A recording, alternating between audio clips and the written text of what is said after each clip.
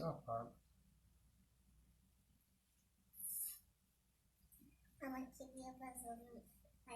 Bom dia, queridos, a paz. Vamos ter um tempo de adoração ao Senhor.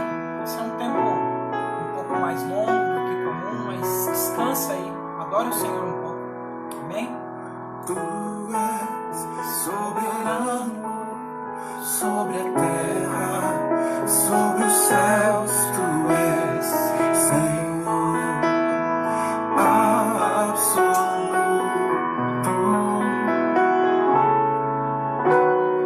Tudo que existe acontece. Tu sabes muito bem. Tu és tremendo. E apesar dessa glória que tens, tu te importas comigo também. E esse amor tão grande eleva-me, amarra-me a ti. Tu és tremendo.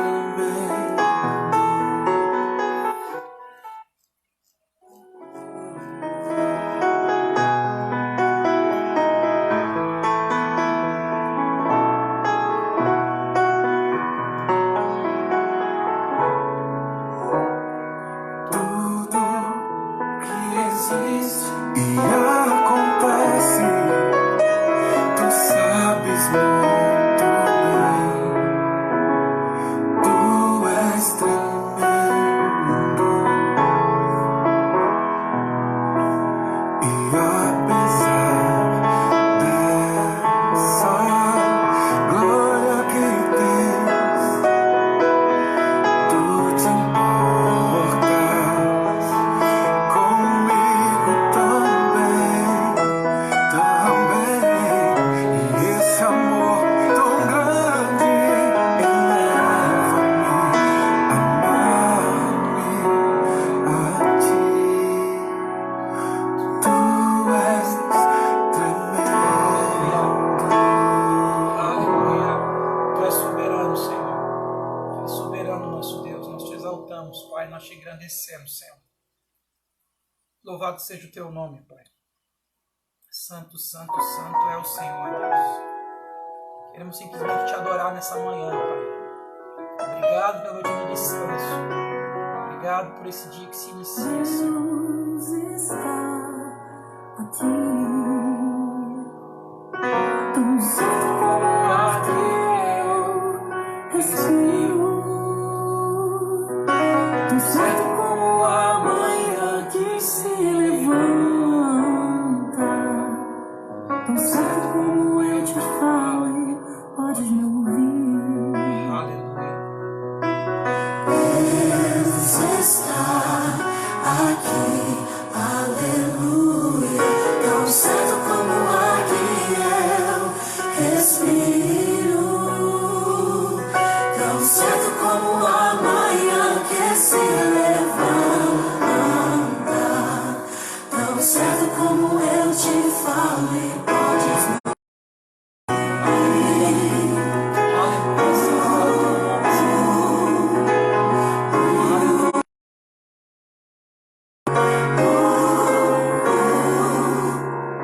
Deus está aqui, aleluia, tão certo como o ar que eu respiro, tão certo como a manhã que se levanta, tão certo como eu te falo e podes me ouvir. Deus está aqui, aleluia, tão certo como a eu respiro, Tão certo como a manhã que se levanta, tão certo como eu te falo e podes me ouvir. Obrigado, Jesus, por tua presença.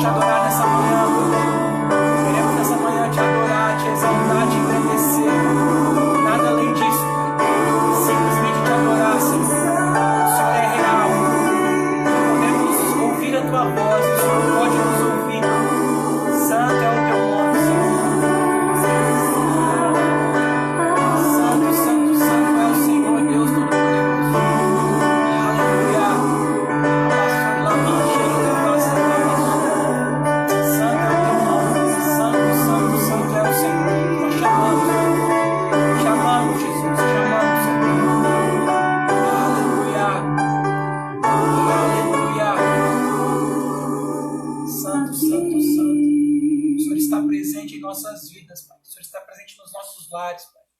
O Senhor nunca, jamais nos abandona, Pai. Aleluia, Senhor. Nós chamamos de todo o nosso coração, Senhor.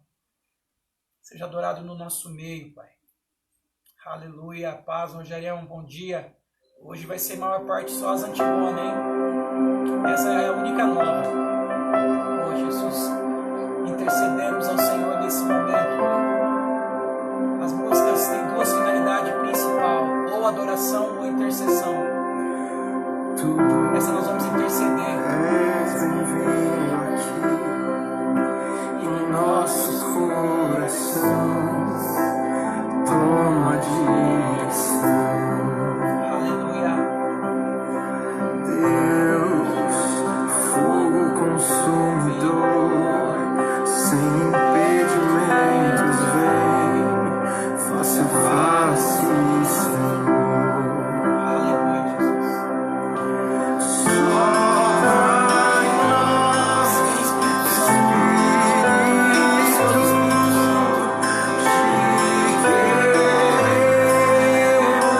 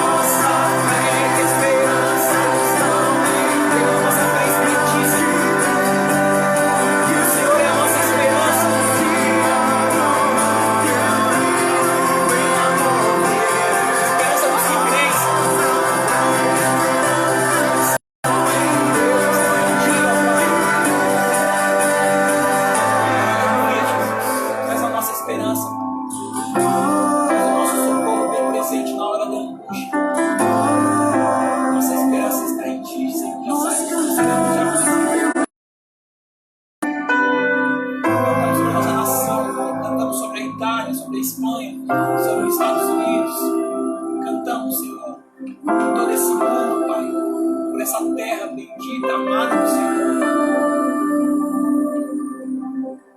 Oh, Jesus, santo é o teu nome, Pai. Santo é o teu nome, Senhor. Santo é o teu nome, Senhor. Nós te adoramos, Pai. Continue adorando ao Senhor, querido. Nós percebemos as pessoas tão agitadas, elas não conseguem sentar para ouvir uma música, para adorar o Senhor através de uma música. Então vamos adorar o Senhor. Agora vai tocar uma música muito bonita mesmo. Adore o Senhor através dela. Descanse na presença do Senhor. Amém? Adore a Ele de todo o seu coração. Se aquiete. Adore a Ele. Santo é o teu nome, Jesus. Santo é o teu nome, Pai. Ao Rei dos Reis consagro tudo que sou, de gratos louvores transborda o meu coração. A minha vida eu entrego nas tuas mãos, meu Senhor, pra te exaltar com todo meu amor. Eu te louvarei conforme a tua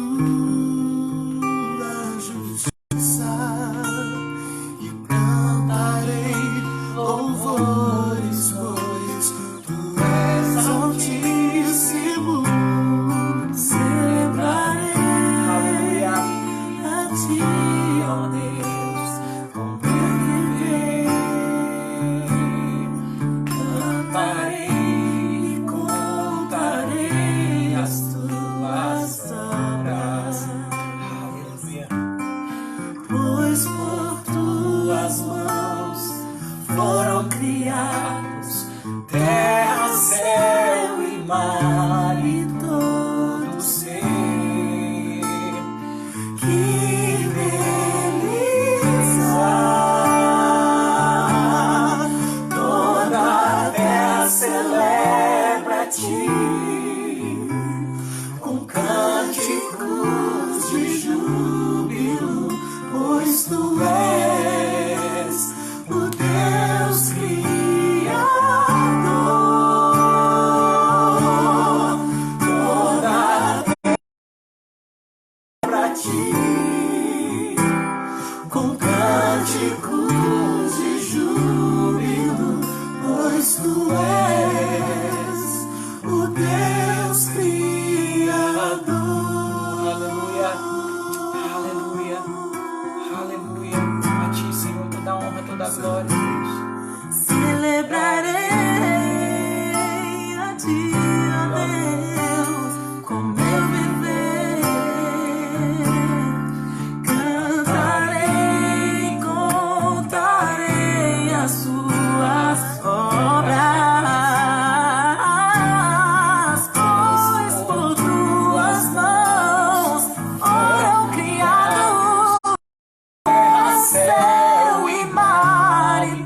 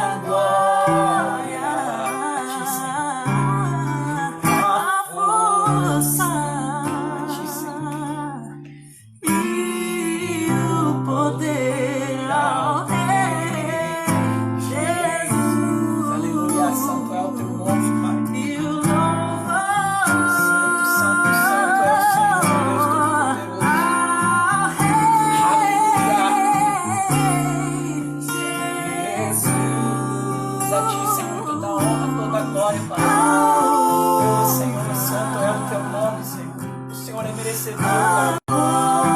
Apenas a Ti, Senhor. Apenas a Ti, Senhor. É a honra, a glória, a força, a sabedoria, Deus. Apenas a Ti, Senhor.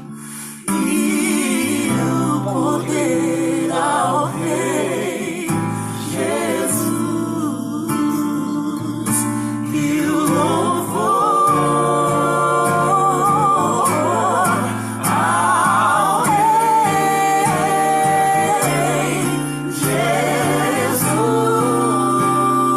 Jesus, a honra,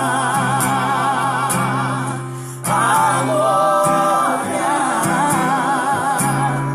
a força e o poder ao Rei Jesus, e o ao Rei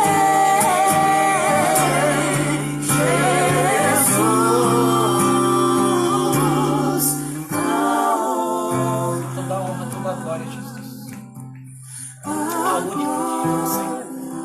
Ao único digno de receber toda a honra, força, glória e poder, Jesus.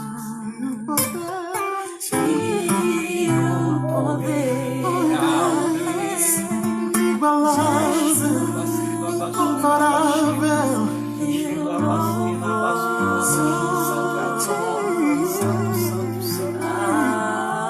Pois ninguém se compara a ti, Deus.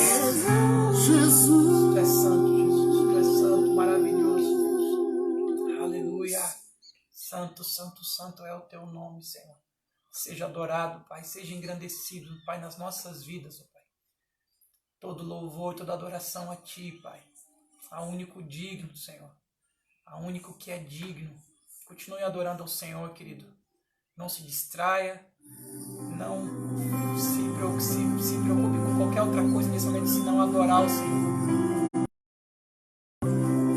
Ele é digno, o Salmo declara, render a Ele. Declara o Senhor ao O único louvor, que é Ele é digno, digno. ao único que é digno de receber a honra e a glória, a força e o poder. Aleluia. Eterno, imortal, invisível, mas real, a Ele ministramos o louvor. Ao único que é digno, ao único que é digno de receber a honra e a glória,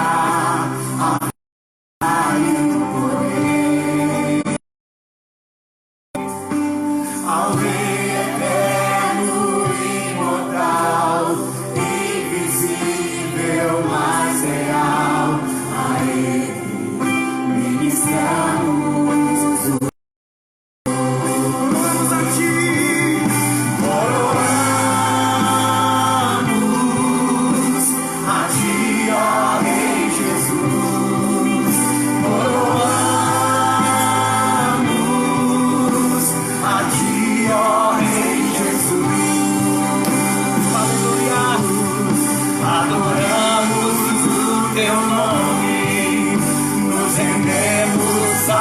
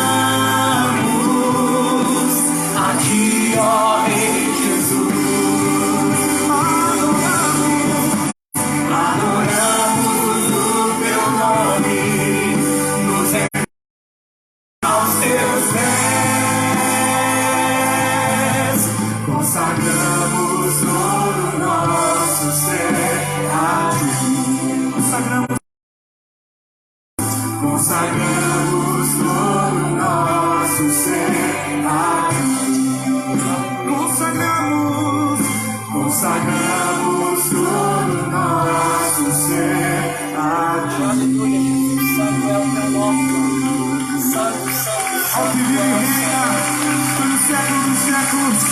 A Ele todo louvor. A Ele adoramos. A Ele coroamos. Sim, Senhor. Santo é o teu nome, Senhor. Aleluia, Jesus. Senhor, é bom. Melhor é poder ser teu amigo, Pai. Poder contar com a sua companhia, com a sua presença. Declare isso. Não existe nada melhor do que ser amigo de Deus.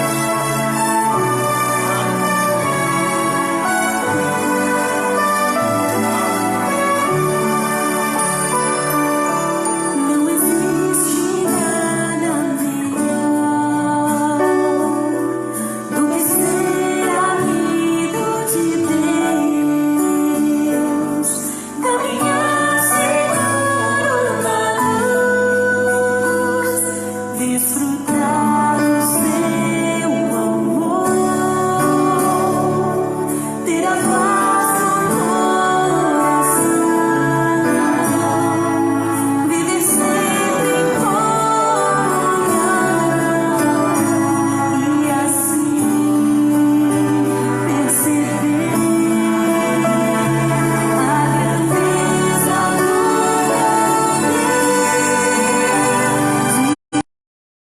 Meu bom pastor. Meu bom pastor. Aleluia. Santo é o teu nome, Senhor. Santo é o teu nome, Senhor. Santo é o teu nome, Jesus. Santo é o teu Não existe nada melhor do que ser amigo de Deus. Caminhar seguro na luz, desfrutar do seu amor, ter a paz no coração, viver sempre em comunhão e assim perceber a grandeza do poder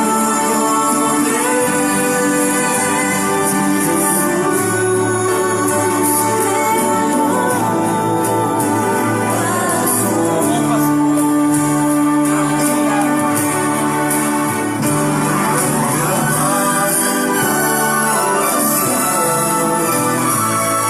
viver sempre em comunhão e assim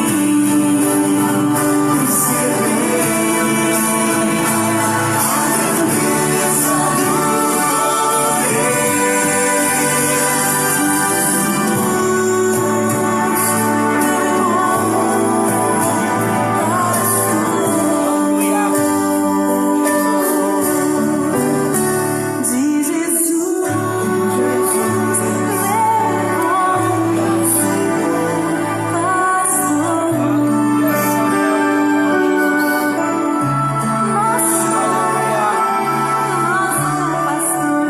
Aleluia, santo é o teu nome, Senhor. Santo é o Senhor, meu Deus. Nós te adoramos, Pai, nós te exaltamos. Bom dia, queridos, a paz. Vocês estão bem? Estão felizes? Gostaram aí dos louvores? São louvores antigos, né? São louvores lindos, que eu amo. Ontem ainda eu estava preparando esses louvores. Deixa eu arrumar aqui. Eu estava meio nostálgico, né? Trazendo à memória esses louvores antigos. Senta lá, meu amorzinho. Senta lá. A paz do Senhor a cada um. Bom dia. Tá mandando aí bom dia, a paz do Senhor. Foi um bom tempo de adoração, né, queridos? Eu não sei se você daí pôde sentir a presença de Deus, mas nós aqui, nós já sabíamos da presença dele, como cantamos, né? Deus está aqui, tão certo como o ar que eu respiro. Mas ele ainda se manifesta a nós, ele se manifesta na nossa carne, no nosso espírito, ele nos faz sentir a companhia dele, que é tão boa, tão agradável. Amém? Vamos orar, queridos, agora, por um instante. Senhor, mais uma vez, Pai, nós te agradecemos, Pai, por essa noite de descanso que nós tivemos. Te agradecemos por esse dia que já se iniciou, esse dia que o Senhor já preparou, Pai. Esse é o dia que o Senhor já fez. No Senhor nós nos alegraremos. Obrigado, Senhor, pela vida, pelo ar, pelo pão, pelas vestes. Obrigado pela nossa família, por tudo que o Senhor tem nos dado, por tudo que o Senhor já fez, por tudo que o Senhor ainda vai fazer. Pai, cuida da nossa nação, Senhor. Cuida do estado de São Paulo, Rio de Janeiro. Senhor Deus, cada estado mais crítico, Pai.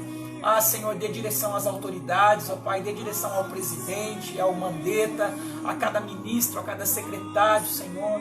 Coloca as tuas mãos de poder e graça sobre nós, Pai. Nós precisamos de Ti, nós dependemos de Ti, sem Ti nós não somos nada, Pai. Então, Senhor, manifesta a Tua graça e a Tua bondade sobre as nossas vidas, ó Pai, no nome de Jesus. Amém? Queridos, eu queria que você continuasse assim, nesse clima bem tranquilo. Eu queria te convidar a pegar a tua Bíblia. Pega a tua Bíblia junto comigo e abre a tua Bíblia na carta de Paulo aos Efésios. Alguns dias atrás, ministrando na igreja, eu já tinha recomendado aos irmãos a lerem essa carta. Para mim e para muitos outros, a quem até eu ouvi dizendo isso, é uma das cartas mais completa da Bíblia. Por que completa? Se você lê ela de uma forma bem intencional, de uma forma bem atenciosa, você vai ver que ela tem instrução para tudo. No capítulo 1, a carta de Paulo aos Efésios, ela começa dando instruções à igreja. Olhe, preste atenção para você ver. Leia com esse entendimento que vai facilitar a sua compreensão. Nós sempre citamos essa passagem porque é de fato uma passagem muito importante e nós acreditamos muito nisso. Para nós, a igreja não é uma instituição morta, burocrática, fria, cheia de regras, dogmas. Não, nós não acreditamos nessa igreja.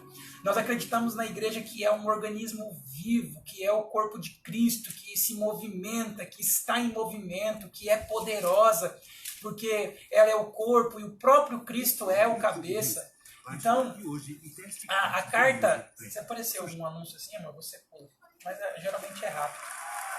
Pode abaixar um pouquinho. Acha pra mim um fundo musical.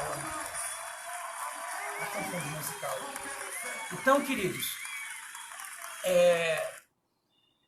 como eu ia dizendo, é assim que nós acreditamos em igreja.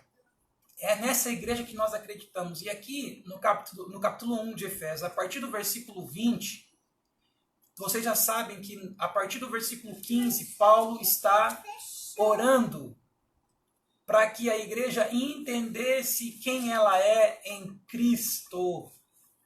Querido, nós vemos tantas coisas assim, vemos coisas tristes no convívio da igreja. Vemos pessoas que estão dentro de uma igreja, mas não entenderam ainda quem elas são em Cristo. E por isso, quando você não entende, quando o entendimento não é correto, o comportamento também é errado. Então eu preciso ter o entendimento correto para ter o comportamento correto. Então o que nós precisamos como igreja? É entender quem nós somos em Cristo. Aquela história daquela igreja fica fazendo campanhas para ser abençoadas, campanhas de libertação, de cura. Queridos, nós fomos colocados em lugares celestiais juntamente com Cristo. Nós estamos assentados juntamente com Ele em regiões celestiais. Eu não tenho que ficar fazendo campanha de libertação. Se eu realmente estou em Cristo, eu já estou liberto. Eu só tenho que tomar cuidado para não cair nas ciladas de Satanás. Mas continue comigo, vai entendendo. Olha o que Efésios 1, versículo 20 diz, durante a oração do apóstolo Paulo. O qual exerceu ele em Cristo, ressuscitando-o dentre os mortos e fazendo-o assentar na sua direita. Então, esse texto ele fala da obra de Deus. Cristo morreu na cruz, ressuscitou dentre os mortos e se assentou à direita de Deus. Cristo está assentado à direita de Deus, nos lugares celestiais, versículo 20 do capítulo 1 de Efésios. Acima de todo principado, potestade e poder, domínio e de todo nome que se possa referir, não só no presente século, mas também no vindouro. E pôs todas as coisas debaixo dos pés, e para ser o cabeça sobre todas as coisas, o deu à igreja. Então nós estamos assentados juntamente com Cristo em regiões celestiais. Olha quem nós somos em Cristo, querido. Olha que lugar que nós ocupamos em Cristo. Ocupamos não um lugar de ficar mendigando, de miséria, não. Nós ocupamos um lugar de honra, de autoridade, de poder. É esse lugar que nós ocupamos em Cristo. Precisamos todos nós entender isso. O capítulo 2 de Efésios vai dizer de como deve ser a minha vida a partir do momento que eu conheci a Cristo. Nós precisamos entender isso. Por que a carta de Paulo aos Efésios é importante? Eu escrevi aqui numa preparação que eu fiz para trazer essa palavra, que ela é muito importante na doutrinação da igreja. Às vezes algumas pessoas falam assim, a tua igreja não tem doutrina. Eles estão falando de usos e costumes. A doutrina é ensino, é a Bíblia. Nossa doutrina é a palavra de Deus. A nossa doutrina é a palavra de Deus. E está aqui a doutrina para a igreja. Muitas pessoas se aproximam da igreja porque gostam dos cânticos. Você viu como que cânticos são lindos, são maravilhosos, mexem conosco, mexem com o nosso interior, traz paz, nos emociona, nos conforta. Alguns gostam pelas amizades, mas acabam chegando na igreja e não entendendo como elas devem começar a viver a partir de então. Todos nós somos falhos, todos nós somos pecadores. Mas nós precisamos entender que há um estilo de vida para nós. Há um padrão de vida para nós, a igreja. E no capítulo 2 de Efésios, a partir do versículo 1, fala assim, Ele vos deu vida, estando vós mortos nos vossos delitos e pecados, nos quais andara outrora, segundo o curso desse mundo, segundo o príncipe da potestade, do ar, do espírito que agora atua nos filhos da desobediência, entre os quais também nós andamos outrora. Mais uma vez o texto está dizendo, olha, um dia nós andamos no pecado. Um dia o espírito de obediência reinava sobre nós. Entre os quais também todos nós andávamos outrora, segundo as inclinações da nossa carne, fazendo a vontade da carne e dos pensamentos, e éramos por natureza filhos da ira, como também os demais. Mas Deus, sendo rico em misericórdia, e a gente tem que entender sempre, uma vez nós fizemos uma camiseta, sou mais uma prova do amor e da misericórdia de Deus. Nós que hoje já fomos alcançados pela graça, não somos melhor do que ninguém. Apenas tivemos acesso à graça e à misericórdia de Deus. Olhamos para a cruz e a cruz nos atraiu. Olhamos para a cruz e dizemos assim, nós cremos, Jesus, na tua obra na cruz, na tua salvação, na tua redenção. Nós nos rendemos a ti. Então, o texto fala aqui, mas Deus... Efésios 2, versículo 4, mas Deus, sendo rico em misericórdia, por causa do grande amor com que nos amou, e estando nós mortos em nossos delitos, nos deu vida juntamente com Cristo. Pela graça sois salvos. Essa palavrinha graça aqui, querido, ela abre um portal para a salvação. E nesse portal de salvação, todos podem chegar. Você pode perceber no ministério de Jesus. Jesus, ele não se distanciou de prostitutas, ele não se distanciou de pessoas que eram vistas como ladrões na sua sociedade, ele não se distanciou de leprosos, ele não se distanciou de ninguém, de endemoniados, pelo contrário, ele se aproximou dessas pessoas, ele foi até essas pessoas, ele se interessava por essas pessoas, ele disse, o são não precisa de remédio, e sim o doente.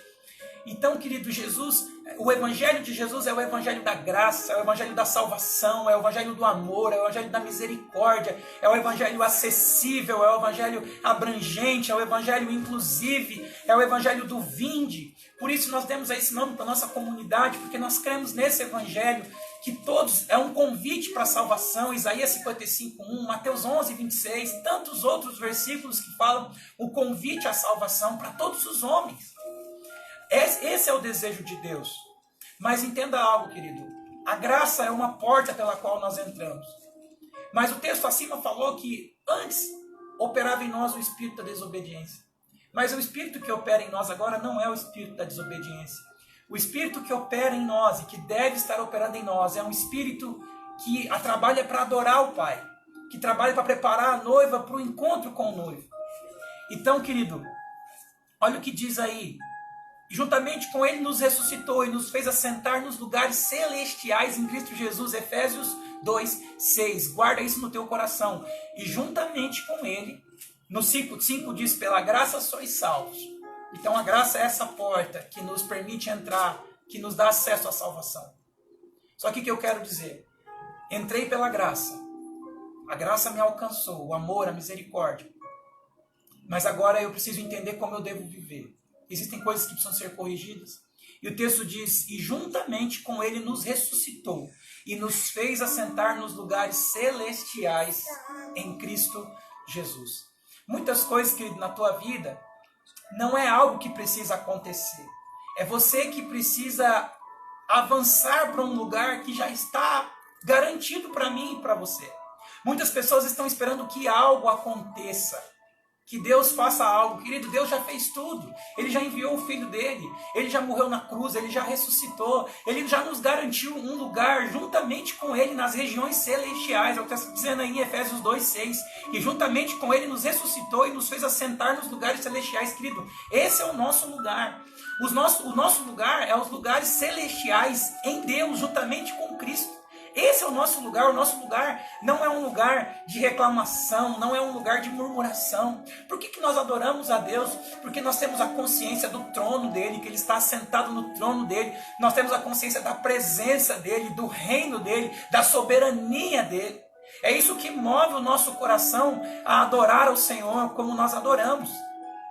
Porque nós temos o entendimento que nós estamos assentados juntamente com ele, nas regiões celestiais. No mesmo versículo, no mesmo capítulo 2 de Efésios, versículo 19, diz assim, assim já não sois estrangeiros e peregrinos, mas concidadão dos céus. Somos cidadãos dos céus, querido. Nós não somos peregrinos, nós não estamos à deriva, nós não estamos perdidos. Nós já temos uma casa celestial, nós já temos um destino, ou melhor, uma origem. Voltaremos para onde fomos gerados, onde nascemos no coração de Deus. Então somos concidadãos dos santos e sois da família de Deus. Esse texto fala muito sobre a igreja. A igreja é a família de Deus, o corpo, o modelo de Deus é a família, querido. Eu penso que nesses dias, quem não tem uma família está sofrendo muito. Quando o Senhor pediu que Noé construísse uma arca, e Noé construiu a arca e salvou a sua família, Noé construiu aquele plano de salvação. A família, querido, é algo muito importante, é uma instituição de Deus. E ela nos protege, a família nos protege. Está aqui minha esposa, nesses dias a gente está mais próximo, conversando mais.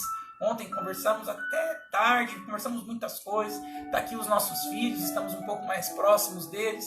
Isso é muito bom. A família é muito bom. Deus seja louvado por isso. No capítulo 3 de Efésios, querido, pula lá para o versículo, no versículo 14, se você olhar o títulozinho da tua Bíblia, você vai ver que Paulo ora novamente. Lembra lá no capítulo 1 o que Paulo estava fazendo? Ele estava orando. Orando para quê? Para que a igreja entendesse quem ela é em Cristo. Eu quero orar agora pela igreja. Eu quero orar por você, irmão, que está aí me assistindo, me ouvindo. Feche seus olhos junto comigo. Senhor, meu Deus, pelo teu Espírito, Pai, eu oro. Que cada um entenda quem é em Cristo Jesus. Tira toda a raiz de orfandade, Pai. Tira toda a carência. Tira todo o espírito de competição, de comparação. Tira todo o ciúme, toda a inveja. Tira, Senhor, todo o medo, Senhor. Tira, Senhor, tudo que não é conveniente àquele que já entendeu onde ele está assentado em Cristo Jesus. Pelo teu Espírito eu oro, Pai. Aquilo que é impossível ser feito por meio de palavras, Deus. Aquilo que pregações e pregações não têm o poder de fazer, eu te peço, Espírito Santo, convença. Espírito Santo, atua em cada mente, em cada coração. Senhor, em nome de Jesus, toda a religiosidade, Pai. Todo sentimento, Senhor, de consumismo, de querer que o Senhor faça algo, Senhor. Coloque, Senhor, em cada um espírito de adoração, Senhor, que simplesmente deseja te adorar, Senhor. Simplesmente deseja exaltar a tua presença, que é santa e gloriosa, Pai. Senhor, coloque em cada coração um sentimento de intercessão, Pai. Não um sentimento, Senhor, de consumismo, Senhor, mas um sentimento de adoração, de intercessão, querendo oferecer algo a Ti e não esperando algo do Senhor. Pai, gera em cada mente, em cada coração que nós já fomos abençoados, ó Pai, no Senhor. Já fomos abençoados com toda sorte de bênçãos, ó Pai. Abençoe a Tua igreja, Pai, que a Tua igreja suba para esse lugar que o Senhor já conquistou para nós. Que venhamos andar nesse lugar de autoridade, Senhor.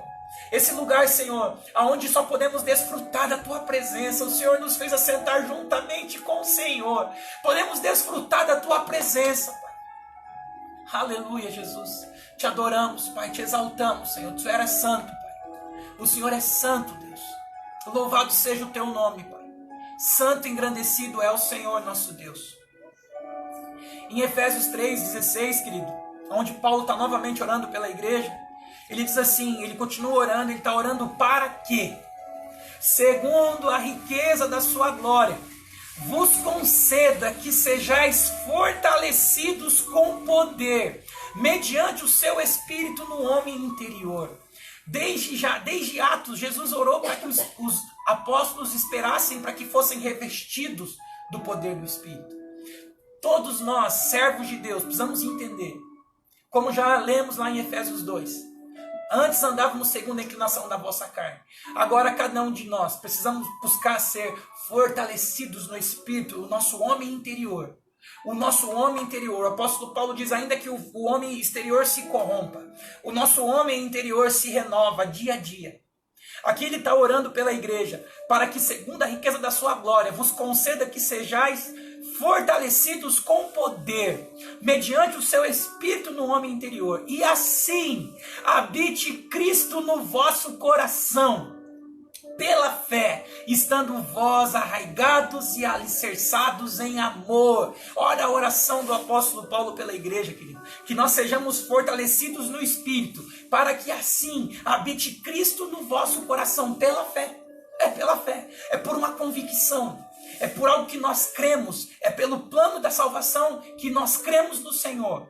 Versículo 18, a fim de poderdes compreender, precisamos compreender, precisamos entender com todos os santos qual é a largura e o comprimento e a altura e a profundidade, e conhecer o amor de Cristo que excede todo entendimento, algo fantástico, maravilhoso, inexplicável, que só quem sente, experimenta, conhece e sabe, para que sejais tomados de toda a plenitude de Deus. Senhor, nós queremos compreender, Senhor, a largura, o comprimento, a altura e a profundidade. Nós queremos conhecer esse amor que excede todo entendimento humano, que ultrapassa a razão humana, que não tem explicação. Nós queremos conhecer a plenitude do Senhor, Deus. Não queremos, ó Pai, viver como mendigos da fé, Senhor. Não queremos viver arrastando uma vida cristã miserável. Não, Senhor, queremos conhecer a plenitude do Senhor, Deus. Ó Senhor, santo é o Teu nome, Pai. Santo é o Teu nome, Senhor. Versículo 20 do capítulo 3 de Efésios. Ora, aquele que é poderoso para fazer infinitamente mais, além do que tudo quanto pedimos ou pensamos, conforme o seu poder que opera em nós, a Ele seja a glória na igreja em Cristo Jesus por todas as gerações. Paulo já tinha um pensamento geracional. Paulo era um homem que não trabalhou só pelos seus dias. Ele sabia que o que estava nascendo naqueles primeiros anos, após a morte de Cristo, era um organismo vivo, poderoso, que ultrapassaria gerações, que existiria e cresceria cada vez mais até a segunda volta de Cristo. Então Paulo ora, a Ele seja glória na igreja em Cristo Jesus por todas as gerações, para todo sempre, por toda a eternidade. Paulo tinha essa mentalidade de geracional, essa mentalidade do eterno, não a mentalidade momentânea. Nós temos que entender assim, queridos. Precisamos entender. O capítulo 4 de Efésios, nós vamos ler ele praticamente inteiro. Preste bem atenção. Efésios 4, versículo 1. Rogo-vos, pois eu, prisioneiro no Senhor, que andeis de modo digno à vocação a que fomos chamados. Se nós fomos chamados a uma vocação para sermos filhos de Deus, para sermos a igreja, Eu tenho que entender que eu preciso andar de uma forma digna de um filho de Deus, de um crente em Cristo Jesus, de um cristão. Nós pregamos muito sobre a graça. Vem. É verdade, vem. Mas a partir do momento que eu vim, eu preciso entender que há um modo digno de andar como filho de Deus. Existe sim uma forma de andar. Existe sim um padrão de vida cristã. Não é de qualquer jeito. Não é do jeito do mundo. A gente vê cada absurdo. Pessoas que estão dentro da igreja, mas não entendem. Tem cada comportamento, posta cada coisa na internet, que elas deviam repensar. Nós também não somos falhos. Pedimos todos os dias a graça e a misericórdia de Deus. Mas temos que ter uma consciência de que há um padrão, há um modelo, Cristo. Há a palavra dele que deve nos doutrinar, nos ensinar, nos limpar diariamente, dia após dia. Há o Espírito Santo que ele quer trabalhar para nos trazer convencimento daquilo que agrada ao Senhor ou não. Olha como que é o modo digno. O apóstolo Paulo fala: eu rogo que vocês vivam do modo digno. Aí ele fala qual que é o modo digno: com toda a humildade e mansidão, com longanimidade, suportando-vos aos outros em amor, esforçando-vos diligentemente por preservar a unidade do Espírito no vínculo da paz. Há somente um corpo e um Espírito, como também foste chamados numa só esperança da vossa vocação. Há um só Senhor, uma só fé, um só batismo, um só Deus e Pai de todos, o qual é sobre todos, age por meio de todos, está em todos. É tão difícil entender isso nesses dias, né, querido? Tem pessoas que são evangélicos a vida inteira, mudam para uma determinada denominação, vai lá e batiza de novo. O texto está dizendo: há um só batismo. Aqui o texto fala que há um só Pai de todos. Às vezes você pertence a uma congregação e você, por propósito de Deus, você passa a pertencer a outra. As pessoas te resistem, elas evitam relacionamento com você. Então é complicado as pessoas entenderem isso, mas nós cremos que elas vão entender. Cremos que toda barreira de religiosidade vai cair. Nesses dias, algo que aconteceu fantástico é isso. As pessoas que valorizam tanto as suas paredes, as suas denominações, não nos sobrou nada. Sobrou esse momento aqui que está aberto para todos. E é assim que nós cremos. Há um Deus e Pai de todos. Olha o que o versículo 6 diz: um só Deus e Pai de todos, o qual é sobre todos, age por meio de todos e está em todos. Sabe aquele pensamento que você tem, que é o sacerdote que tem a bênção? Você é sacerdote, querido. A bênção está em você, está em nós. Devemos sim respeito, consideração. Mas o que o texto diz: há um só Deus e Pai de todos, o qual é sobre todos, age por meio de todos e está em todos. Tudo que você precisa está dentro de você. O Espírito Santo está dentro de você. Como o Tiago ministrou para os jovens ontem. O que Jesus disse para aquela mulher à beira do poço em Samaria: se você provar do dom que há em mim, eu farei fluir de você rios de água viva. Ele é o rio de água viva. E ele ativaria isso em nós. Ele está dentro de nós, sendo esse rio de água viva. No versículo 11 do capítulo 4 de Efésios, diz assim: ele mesmo concedeu uns para apóstolos, e aí nós como comunidade acreditamos muito nisso. Ele mesmo concedeu uns para apóstolos, outros para profetas, outros para evangelistas e outros para pastores e mestres. Você que pertence a uma igreja, já entendeu a sua vocação em Cristo, já passou a viver uma vida de obediência, agora você vai precisar entender onde você vai fluir melhor no Senhor.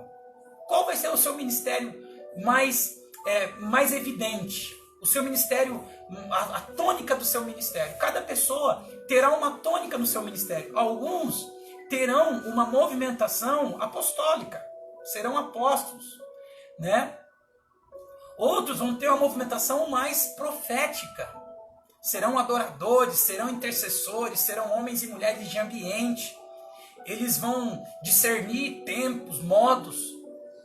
Outros vão ter uma movimentação mais evangelística, vão ser mais dinâmicos, vão ter mais estratégias, vão estar mais abertos aos que estão fora. Outros vão ter uma movimentação mais pastoral, eles vão ser mais homens, mulheres de consolo, de conforto, de ensino, de pastoreio. Outros serão como mestres, terão mais domínio das escrituras, saberão explicar com mais facilidade. Outros, a princípio não foi nada sobre apóstolo, terão mais facilidade para arquitetar coisas, para estruturar projetos, vão ser mais abrangentes, vão conseguir montar equipes. Então, assim, cada um de nós devemos orar assim: Senhor, me ajuda a entender o dom que o Senhor colocou em mim, ou me dê alguns desses dons, para que eu possa fluir e servir o corpo de Cristo através dos dons. Embora, querido, um pensamento que você não pode ter errado, não é para pensar assim: eu sou isso, o outro é aquilo. Não, o texto vai continuar dizendo que esses dons que foi dado à igreja, não foi dado para uma pessoa, foi dado à igreja, é para o aperfeiçoamento dos santos, é para a edificação do corpo de Cristo. Então aquilo que eu tenho, eu preciso repassar, assim como eu aprendo com tantos homens de Deus, tantas coisas, cada um dentro da sua movimentação. Nós temos que continuar ensinando, um ensinando ao outro, como diz o versículo 12, com vistas ao aperfeiçoamento dos santos, para o desempenho do seu serviço, para a edificação do corpo de Cristo, até que todos cheguemos à unidade da fé e do pleno conhecimento do Filho de Deus. Olha, qual que é o padrão de Deus para nós? A gente pensa que vida cristã é só a graça. É só entrar, como diz o pastor Luiz Hermínio, a salvação, querido, não é o fim, a salvação é só o começo das coisas. Nós entramos pela graça na salvação em Cristo Jesus, mas agora existe um alvo de Deus para nós. E nós poderíamos resumir tudo isso nesse versículo 13. Esse é o alvo de Deus para nós, até que todos cheguemos à unidade da fé e do pleno conhecimento do Filho de Deus, a perfeita varonilidade à medida da estatura da plenitude de Cristo. Esse é o padrão de Deus para nós, queridos. Existe um padrão, então nós precisamos continuar crescendo. Cada um de nós que um dia entregamos a nossa vida para Jesus, precisamos fazer uma análise da nossa vida, quem nós somos hoje, quem nós nos tornamos.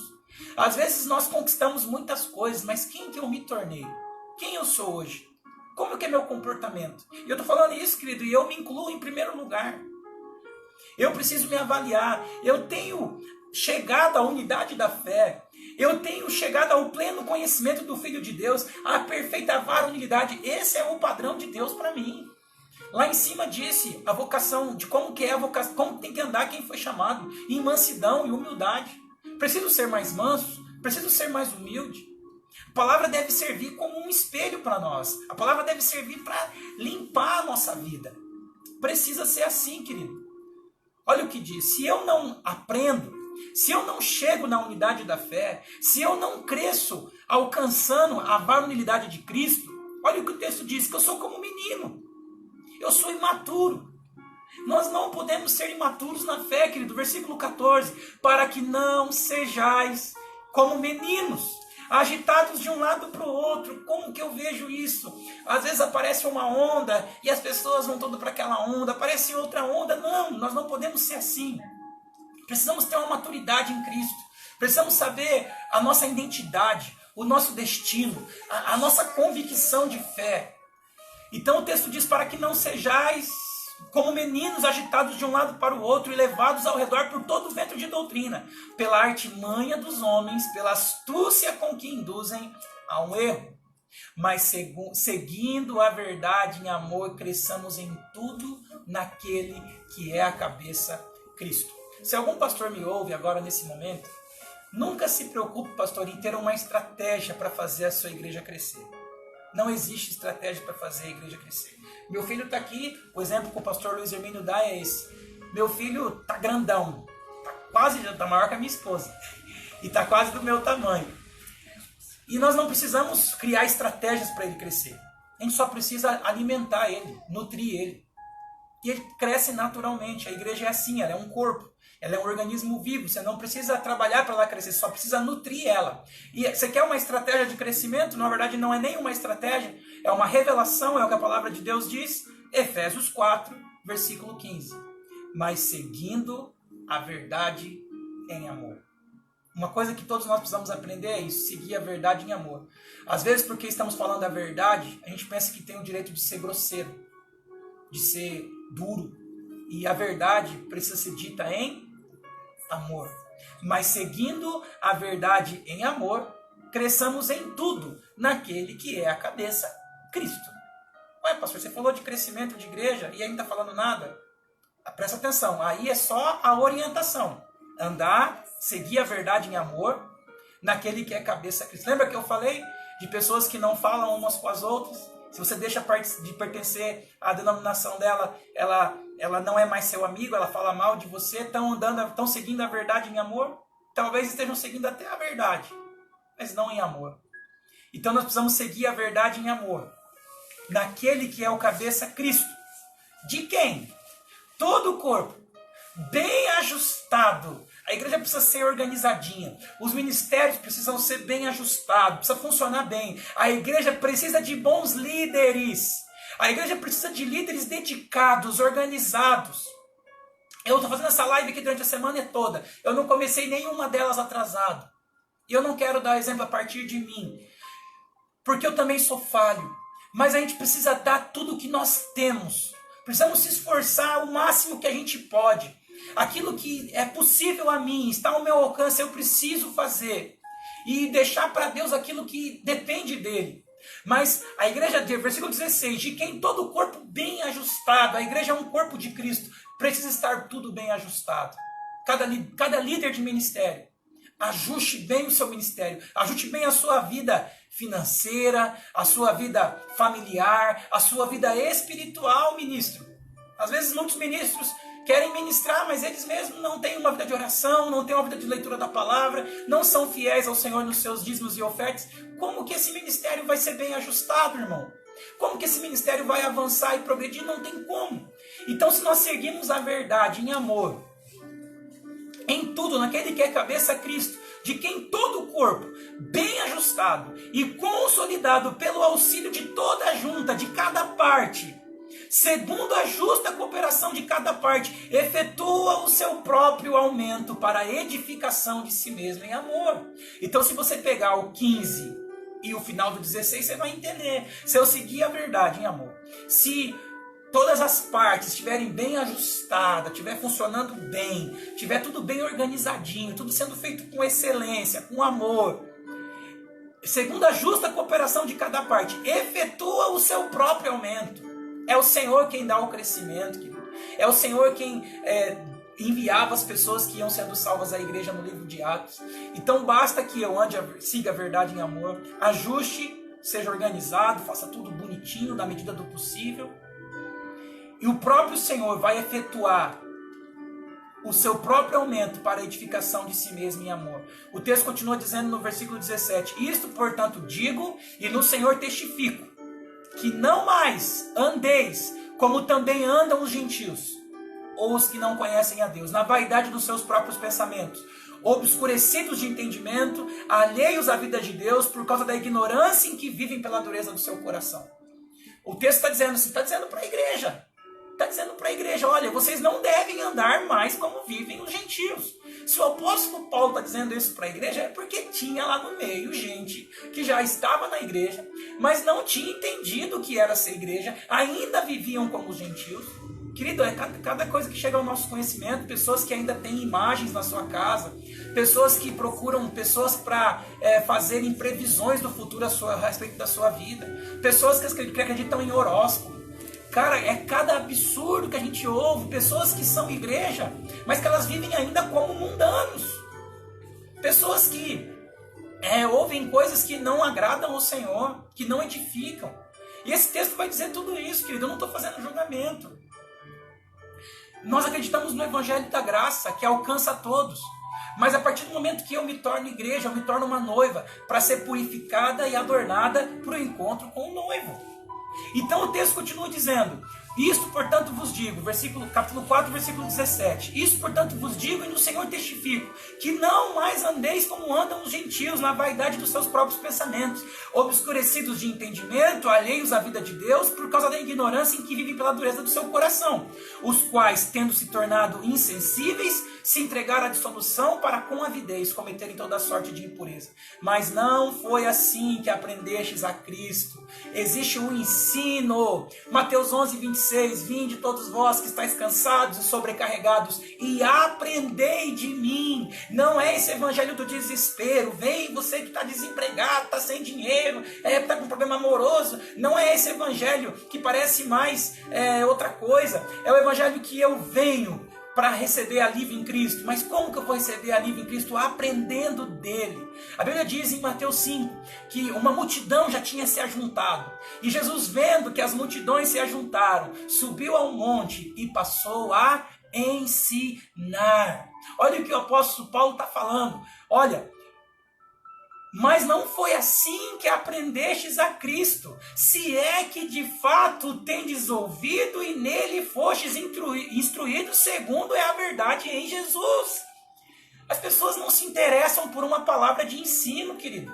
As pessoas se interessam por uma palavra que está gerando para ela. Eu quero louvar por esses irmãos que estão aqui conosco, que estão interessando por essa palavra. Estou fazendo uma leitura expositiva, estou lendo na linguagem de hoje para facilitar a compreensão, porque o próprio texto em si é muito rico. Eu estou apenas contribuindo com alguma coisa que eu posso, que o Senhor me orienta. Mas, queridas, as pessoas querem uma palavra que gere para ela um resultado imediato, uma bênção, uma chave, uma porta aberta, documentos na mesa. As pessoas querem palavras dessa forma. Mas o que o texto está dizendo? Se é que de fato tendes ouvido, você tem ouvido a verdade em Cristo, o evangelho que liberta, o evangelho que orienta, ou só uma mensagem terapêutica? Uma mensagem para confortar o seu ego, confortar o seu coração. Se é que de fato tendes ouvido e nele fostes instruídos segundo a verdade em Jesus, no sentido de que quanto ao trato passado, vos despojeis do velho homem. E aqui ele começa a entrar nesse aspecto, querido. Todos nós, eu, você que está aí, existe uma velha natureza aí. Uma natureza má, perversa, pecaminosa. Uma natureza terrível. Cada um de um jeito. Arrogante, vaidosa, presunçosa. E querido, todos nós, todos os dias, temos que tirar a roupa desse velho homem. Todos nós temos que se desfazer das características desse velho homem. Todos os dias, é um trabalho nosso, querido. Não é um trabalho de Deus, é um trabalho nosso. Eu tenho que olhar para mim e falar assim, não, mas isso não é coisa de um cristão. Isso não é coisa, não é semelhante a Cristo. Essa minha atitude, eu estou dizendo isso porque eu sou assim, querido, eu sou falho. E tantas vezes eu observo em mim, não, isso não é assim que Cristo quer que eu seja. Não é essa forma que eu devo agir em Cristo. Então eu preciso tirar essa característica de mim, eu preciso me livrar dessa característica. É o que o texto está dizendo, no sentido de que quanto ao trato passado, quanto ao nosso passado, quanto à vida que tivemos no passado, vos despojeis do velho homem. Se livra desse velho homem. Tira, se desfaz as características desse velho homem. Como é que ele era? Reclamão, resmungão? Como é que ele era? Ele era bravo? Ele era... O que ele era? O que ele tinha de pior? Então vamos a cada dia, querido, continuar. E presta atenção. Não é uma vez só não, é todos os dias. Todos os dias nós vamos ter que se desfazer desse velho homem. Todos os dias. Eu é que sei, querido. Eu é que sei quanto que eu luto contra mim mesmo, com a minha velha natureza, com a minha perversidade, com a minha maldade. E cada um, eu imagino que deve saber a luta que enfrenta. Vos despojeis do velho homem que se corrompe, segundo as concupiscências do engano. Até quando parece que está tudo bem, toma cuidado para não se corromper. O Delei ministrou uma palavra, filhos que não se corrompem, que não se perdem no propósito, que não se envaidecem. Uma palavra muito boa, te recomendo você ouvir. E vos renoveis no espírito do vosso entendimento, e vos revistais do novo homem. Veste essa roupa do novo homem, novas vestes, e vos revistais do novo homem, criado segundo Deus, em justiça e retidão procedentes da verdade. Existe uma nova veste para nós, igreja, para nós cristãos, que nós devemos a cada dia nos revestir dela. Tirar uma roupa antiga e pôr uma roupa nova. Tirar uma roupa velha, suja, feia, e colocar a roupa que Cristo projetou para mim. A identidade que Cristo projetou para mim. Por isso, deixando a mentira. E ele é prático, querido. Ele não deixa nada na estratosfera, não. Ele traz tudo para a realidade. Então, como é que eu vou me despir do velho homem e me vestir do novo homem? Deixando a mentira. Em hipótese nenhuma, um cristão pode usar de mentira. Em hipótese nenhuma, nem mentirinha santa, nem meia mentira, de maneira nenhuma.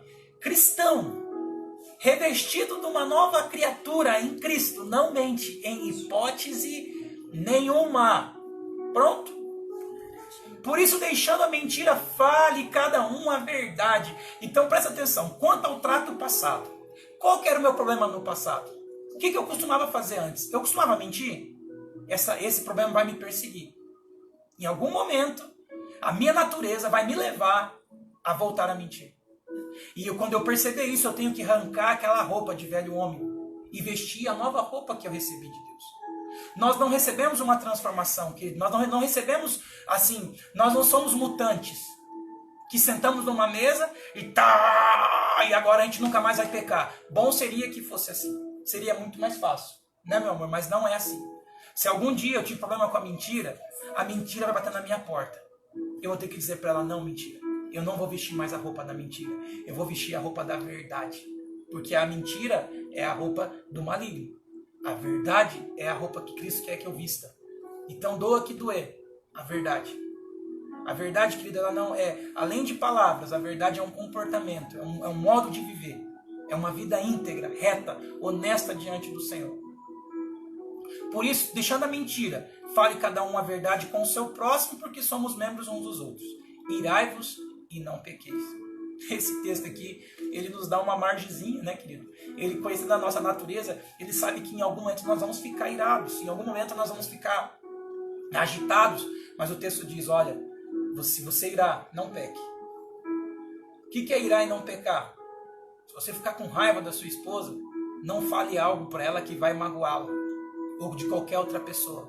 Se você ficar com raiva de alguém, não xingue, não agrida fisicamente, verbalmente.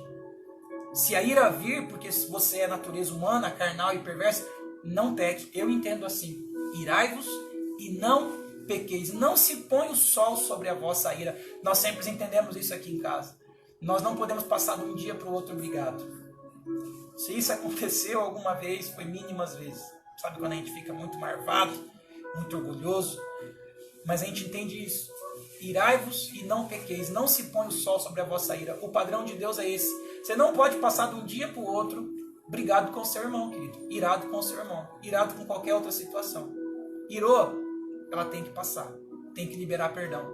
O perdão, nós não temos escolha. O perdão é automático na nossa vida. Então você está bravo com alguém aí há alguns dias, já passou da hora de você liberar perdão. Não devia nem ter se posto o sol sobre a minha, sobre a sua ira. Eu quero dizer aqui que eu não tenho ira contra ninguém. Eu não tenho mágoa contra ninguém. Ninguém. A Bíblia fala, tende paz com todos os homens. E seguir a paz e a santificação, sem a qual ninguém verá o Senhor. Então, se você está irado contra alguém e já passou dias, você está fora da Bíblia. Não se põe o sol sobre a vossa ira. Nem deis lugar ao diabo. Olha que interessante. Quando fala de ira, fala para a gente não deixar passar muito tempo com ira. E a gente não dá lugar ao diabo. Quando a gente está irado, a gente fala o que não devia, faz o que não devia, se comporta como não devia, e aí é onde a gente dá espaço para o maligno agir, se aproveitar da situação, gerar inimizades, ok? Então não podemos dar lugar ao diabo. Olha que interessante, aquele que furtava, como é que o apóstolo Paulo é prático na sua doutrinação, no seu ensino? Quem mentia, não mente mais. E quem furtava, não furte mais. Não furte nada, nem a caneta do teu irmão, nada. Não, tudo que você entender. Roubar horas lá na tua empresa, era para trabalhar, não está trabalhando. Tudo que você fazia, que se caracterizava como se apropriar daquilo que não é seu, se beneficiar daquilo que não é seu, não faça mais isso. O servo de Deus não pode fazer isso. Mas tem bastante, mas não é seu. Quem furtava, não furte mais. A igreja é isso. Existe uma doutrina para a igreja. Existe um ensino para a igreja. Existe um comportamento para o servo de Deus. Aquele que furtava, não furte mais. Antes trabalhe, fazendo com as próprias mãos o que é bom, para que tenha com que acudir ao necessitado. O texto da Bíblia manda a gente trabalhar e ter suficiente para acudir ao necessitado. Esse é um padrão da palavra. Não roubar, trabalhar e ter para acudir o necessitado. Olha que interessante o versículo 29. Não saia da vossa boca nenhuma palavra torpe, e assim unicamente a que for boa para a edificação, conforme a necessidade, e assim transmita graça aos que ouvem. Querido, uma das piores coisas é quando a gente lança palavras que ofendem as pessoas. As mulheres, elas são sensíveis ao que elas ouvem. Toma muito cuidado, homens, em não ofender as suas esposas. Homens, tomam muito cuidado em ofender qualquer pessoa. Você está vendo como que as pessoas estão se ofendendo pela rede social? Você está vendo como que o respeito, o amor das pessoas se desgastou tanto? Você está vendo como que isso está tão difícil? Será que é só lá fora no mundo? Será que isso em algum momento a gente vê pastores na televisão falando palavras duras? Às vezes a gente até acaba introduzindo algumas palavras no nosso dia a dia que não deveria. Então, o que o texto diz? Não sai da nossa boca nenhuma palavra torpe. O que é palavra torpe? Palavra que não edifica. Se é uma palavra que não edifica, é torpe. Às vezes, mas isso não é palavrão. Edifica isso em alguma coisa? Edifica alguém? Alegra alguém? Se não alegra, se não edifica, não fala, não sai da nossa boca. Não sai da nossa boca nenhuma palavra torpe. E sim, unicamente a que for boa para edificação, conforme a necessidade, e assim transmita graça aos que ouvem. E não entristeçais o Espírito de Deus, no qual fostes selados para o dia da redenção. Longe de vós toda amargura, e cólera, e ira, e gritaria, e blasfêmias, e bem assim toda malícia. O cristão não pode ser amargurado. Sabe aquela pessoa amargurada? Cara feia, cara fechada, não cumprimenta as pessoas, não é feliz. Cólera, ira, gritaria. Esses dias com as crianças dentro de casa, hein, meus irmãos? Não pode ter gritaria. Não pode ter aquele ambiente de histeria. Não pode. Tem que ser um ambiente de paz. E blasfemas e assim toda malícia. Sabe o que é malícia, né? Algumas brincadeiras, alguns pensamentos ruins. Nós temos que se despir disso, abandonar isso, porque isso fazia parte da nossa vida anterior. Antes, sede uns para com os outros benignos, compassivos, perdoando-vos uns aos outros, como também Deus em Cristo vos perdoou. Esse foi o capítulo 4. No capítulo 5, olha que interessante. No capítulo 5, versículo 3, diz assim, mas a impudícia e toda sorte de impureza ou cobiça nem sequer se nomeia entre vós como convém a santos. Às vezes lança uma brincadeirinha, uma piadinha aí, uma musiquinha besta aí fora, e os crentes começam a trazer isso para a realidade da igreja. O texto está dizendo que a impudícia, a sorte de impureza ou cobiça nem sequer se nomeia entre vós. Não é para estar ali no nosso meio. Nem conversação torpe. O texto resgatou esse assunto no capítulo 5. O assunto da conversação torpe. O texto, Paulo voltou a falar, decidiu especificar isso melhor para a igreja. Nem se nomeie no nosso meio. Nem aparece essa conversa no nosso meio. Nem conversação torpe. Nem palavras vãs ou chocarrices. Coisas essas inconvenientes, antes, pelo contrário, ações de graça. Sabei, pois isso, nenhum incontinente, ou impuro, ou avarento, que é idólatra, tem herança no reino de Cristo e de Deus. Ninguém vos engane com palavras vãs. O que é palavras vãs? Isso não tem nada a ver não, isso é bobagem. O pastor Duda leva tudo muito a sério, o pastor Duda não gosta de brincadeira. Irmão, não é que eu não gosto de brincadeira, eu sou bem humorado sim, eu gosto de brincadeira saudável. Brincadeira que traz edificação, tá? Toma sempre muito cuidado. Porque, às vezes, com palavras vãs, não tem nada não. Ninguém vos engane com palavras vãs, por essas coisas vem a ira de Deus sobre os filhos da desobediência. Portanto, não sejais participantes com eles. O Evangelho é o Evangelho da graça, nosso braço está aberto para todos, mas nós não vamos participar das obras infrutuosas das trevas, que algumas pessoas participam. Porque o fruto da luz consiste em toda bondade, justiça e verdade. Amém? No versículo 15 do capítulo 5. Portanto, esse também poderia ser um texto-chave da nossa ministração. Portanto, vede prudentemente como andais. Ou seja, ver prudentemente. Cada passo que eu dou, cada palavra que eu falo, eu preciso analisar ela. Cada comportamento meu, cada atitude minha, eu preciso que o Espírito Santo me ajude. Vamos orar isso agora? Essa palavra não é para você, essa palavra é primeiramente para mim. Ore, peça assim, Espírito Santo, me ajude a ser prudente em cada palavra, em cada atitude, em cada passo. Me ajude, Espírito Santo, que eu não seja como nécio, mas que eu seja sábio. Que eu possa, no decorrer dos dias, à medida que eu te conheço, à medida que o teu Espírito opera em mim a obra de salvação, que eu seja prudente, que eu seja cuidadoso, que eu seja cauteloso no falar, no agir. Em nome de Jesus, Pai, nos dê essa graça, Senhor. Nos ajude, Pai. Então o texto diz no versículo 15, do capítulo 5 de Efésios: portanto, vede prudentemente como andais. Não é de qualquer jeito. Não é uma brincadeirinha que sai por aí e eu vou saindo repetindo. A gente vê alguns trotes, né, na internet. Você tira suas próprias conclusões e entenda.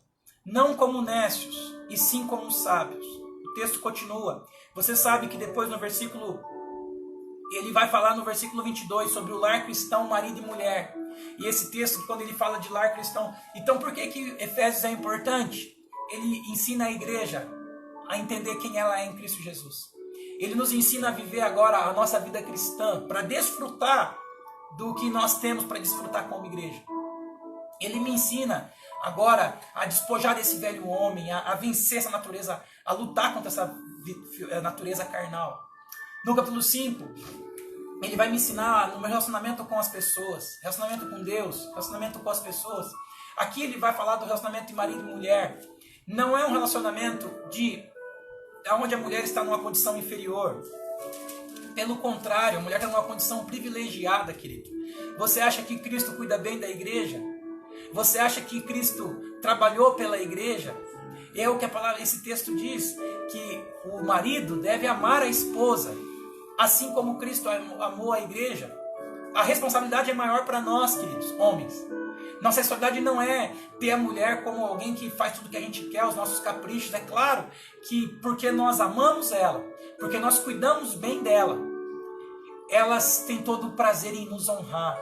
Elas reconhecem a gente como seu marido, como aquele quem cuida dela.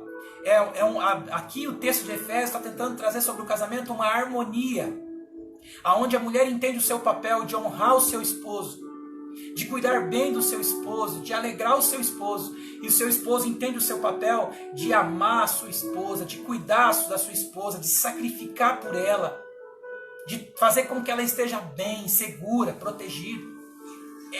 É um ensinamento de harmonia no casamento. E depois o texto vai continuar dizendo a respeito dos filhos.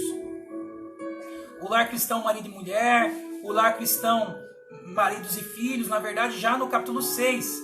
No capítulo 6 vai dizer sobre filhos e pais, sobre servos e senhores, e por fim, a armadura de Deus que nós ministramos recentemente. Precisamos estar revestidos da armadura de Deus, o capacete da salvação. Vamos ver aqui qual é a armadura de Deus. Revestivos de toda a armadura de Deus, além de uma veste nova, além de uma veste diferente da de antes, do trato passado, eu também tenho que vestir uma armadura. Eu sou um guerreiro. Eu não sou um bebê no jardim de infância. Eu sou um guerreiro. E eu tenho que vestir minha armadura de Deus. Eu tenho que estar preparado para o combate. Nossa luta não é contra carne nem sangue, sim contra os principados e potestades, dominadores desse mundo tenebroso, contra as forças espirituais do mal na região celeste. Portanto, tomai toda a armadura de Deus para que possais resistir no dia mau. Existe uma única maneira de resistir dias difíceis: estar revestido da armadura de Deus. Estais, pois, firmes, cingindo-vos com a verdade e vestindo-vos a couraça da justiça. Calçai os pés com a preparação do evangelho da paz, embraçando sempre o escudo da fé, com o qual podereis apagar todos os dardos inflamados do maligno. Tomai também o capacete da salvação, a espada do Espírito, que é a palavra de Deus, com toda oração e súplica, orando em todo tempo no Espírito, e para isto vigiando, com toda perseverança e súplica, por todos os santos, e também por mim, para que me seja dada, no abrir da minha boca, a palavra com intrepidez, fazer conhecido o ministério do Evangelho. Vamos dar uma olhada aqui mais para trás? Vamos dar uma olhada nisso aqui? Revesti-vos, pois, de toda a armadura de Deus, para poderes ficar firmes contra as ciladas do diabo. Porque a nossa luta não é contra carne e sangue, sim contra principados e potestades, contra os dominadores deste mundo tenebroso, contra as forças espirituais do mal na região celeste. Portanto, tomai toda a armadura de Deus para que possais resistir no dia mau. Depois de terdes vencido tudo, permanecer inabaláveis. Estais, pois, firmes, cingindo-vos com a verdade. Primeiro item da armadura de Deus é cingir com a verdade. E vestir a couraça da justiça, né? Precisamos andar em verdade, em justiça. Esse é o padrão de Deus para nós. Calçai os pés com a preparação do evangelho da paz. Como que eu vou andar? Como que eu vou viver? Por esse evangelho que nós fomos instruídos. Lembra que ele falou? Se é que vocês foram instruídos em Cristo. Essa é a orientação em Cristo. Que quanto ao trato passado, vos despojeis do velho homem e se renoveis de acordo com o novo homem, criado segundo Deus. Embraçando sempre o escudo da fé. Aconteça o que acontecer, eu creio no Senhor. O Senhor me protege. O Senhor é meu escudo, minha fortaleza, minha rocha. Por isso que eu orientei vocês a lerem Salmos. Porque por diversas vezes o salmista vai dizer: o Senhor é o meu escudo. Salmo 27. O Senhor é a minha salvação.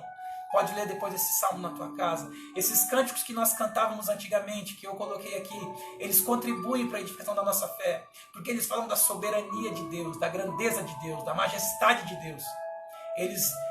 Eles reforçam a convicção que a palavra nos dá a respeito de Deus. Não são músicas que falam da nossa alma, são músicas que falam da grandeza de Deus. E nós temos sempre preferência por essas músicas, por essas canções. Deixa eu caminhar para o fim aqui. Tomai também o capacete da salvação. Você precisa ter sempre uma convicção, querido. A tua maior arma é a tua convicção em Cristo, que você é salvo. Um dia os discípulos estavam felizinhos porque e tal, porque as coisas estavam dando certo. Eles chegaram todos entusiasmados e Jesus disse: não alegrai-vos por isso. Alegrai-vos, portanto, alegrai-vos, no entanto, porque o seu nome está escrito no livro da vida. Essa é a minha maior certeza que eu tenho, de que o nosso nome está escrito no livro da vida, de que nós somos salvos em Cristo Jesus. Não há perturbação no mundo que vai tirar a nossa paz, porque nada pode mudar essa verdade de que nós somos salvos em Cristo Jesus. Tomai também o capacete da salvação e a espada do Espírito, que é a palavra de Deus. Para usar uma espada, querido, você precisa ter domínio dela. Você precisa se preparar para usar uma espada. Para combater com uma espada, você precisa aprender a lidar com ela. Se você pegar uma espada e for lutar com alguém que sabe usar a espada melhor do que você vai perder. Você lembra quando Jesus foi tentado no deserto? De que forma que o maligno guerreou com Jesus? Está escrito. A espada que eles lutaram no deserto era a palavra de Deus. Só que Jesus estava melhor preparado que ele, querido. Jesus tinha preparo, tinha manejo nas escrituras, como Paulo escreve a Timóteo. Todo homem de Deus, todo ministro, seja capacitado na palavra, que saiba... me fugiu a memória agora, você vai lembrar da tua casa aí. Ele sabe manejar bem a palavra da verdade. Ele sabe usar a palavra da verdade. Querido, você sabe manejar a palavra da verdade. Você tem domínio da espada, que é a palavra de Deus, para encarar o seu inimigo. Ou você fica esperando que... ai meu Deus, ai meu Deus, ai meu Deus. Querido, abraça esse escudo da fé. Abraça esse capacete da salvação. Cinja-se com a verdade. Vista a couraça da justiça. Prepare os seus pés, a sua caminhada com o evangelho da paz. E aprenda a manejar a palavra da verdade. A hora que o maligno lançar uma mentira contra a tua vida, a hora que o maligno tentar torcer a palavra, a hora que ele tentar torcer a verdade, você fala assim: não, eu conheço a verdade é essa. E você vai sempre vencê-lo, você vai ter êxito na tua vida. Tomai também o capacete da salvação e a espada do Espírito, que é a palavra de Deus, com toda oração e súplica, orando em todo tempo no Espírito, e para isto vigiando, com toda perseverança e súplica, por todos os santos, e também por mim. Eu peço aqui à igreja que me ouve, orem por nós, os pastores dessa comunidade. Peça que, ao abrir da nossa boca, como Paulo orou aqui, Paulo foi um homem de revelação, querido. Foi um homem de revelação profunda. E ele pedia que a igreja orasse por ele e também por mim, para que me seja dada, no abrir da minha boca, a palavra, para com intrepidez fazer conhecido o ministério do Evangelho. Igreja, orem por nós, os pastores dessa casa, para que no abrir da nossa boca a gente não fale do nosso coração, da nossa mente, de qualquer outro lugar, senão da parte de Deus, da parte do Espírito Santo, uma palavra com autoridade, uma palavra com poder, para que a igreja seja instruída nessa palavra e receba essa palavra. Amém, queridos? Eu creio que o Senhor nos abençoou muito, o Senhor falou poderosamente conosco, eu fui muito edificado através dessa palavra, somente fiz a leitura do texto, somente olhamos para esse texto, lemos praticamente todo o capítulo, todo o livro de Efésios. Você viu como que é fácil? Leia a Bíblia na tua casa, querido, todos os dias. Cresça em entendimento, cresça nesses dias. Amém? Vamos orar para a gente encerrar? Senhor, louvado seja o teu nome, Pai. Obrigado por essa manhã, obrigado por esse momento maravilhoso na tua presença, Pai. Nós te amamos, Deus. É tão gostoso te buscar pela manhã, Senhor. É tão gostoso te buscar pela manhã, Senhor. Percebemos uma brisa suave, Senhor. Percebemos uma sensibilidade, Senhor Deus, no ar. Obrigado pela tua presença, Senhor. Obrigado pelo Senhor ter proporcionado um ambiente que nem nós esperávamos. O Senhor é tão santo, tão maravilhoso, Pai. Nós te amamos tanto, Senhor. Santo e engrandecido é o Senhor. Abençoe esse dia. Abençoe cada irmão e irmã. No nome de Jesus. Amém. Querido, nós fizemos essa live aqui de manhã, aqui em casa. Está ali a minha esposa Ana, a Ana Luísa. Está aqui o meu príncipe João Pedro. E à noite, às 19 horas, nós vamos estar lá na igreja. A minha Ana Lu tá ali, ó. Querido, preste atenção. Não chega atrasado na live, não. Como é que pode chegar atrasado na live? Você já está em casa, irmão. E assim, se prepare, organize tudo, sente aí em frente ao sofá, assista. À noite vai ter como ver pelo YouTube, no YouTube vai jogar na televisão, quem tem essa possibilidade. Adore ao Senhor, querido. À noite, às 19 horas, vamos estar lá na igreja. Eu com mais uma turminha bem pequenininha, tá? Não vai ficar preocupado não, uns 5 pessoas. E ali nós vamos adorar o Senhor. Espero você novamente às 19 horas. Ore pela gente. Peça que o Senhor prepare uma palavra para a noite. Peça que o Senhor fale através de nós, por Ele, pela misericórdia dEle, pela graça dEle. Amém? Amamos vocês. A Ana Luísa ali, gente, meu amor. Ah, nega, dá um tchauzinho para eles, nega. Dá um tchauzinho, ela é a minha princesa. Esse aqui é o João, o meu amor da minha vida. Gente, ó, um abraço. Amamos vocês. Bom domingo, bom almoço. Às 19 horas a gente tem um encontro marcado. Fica com Deus.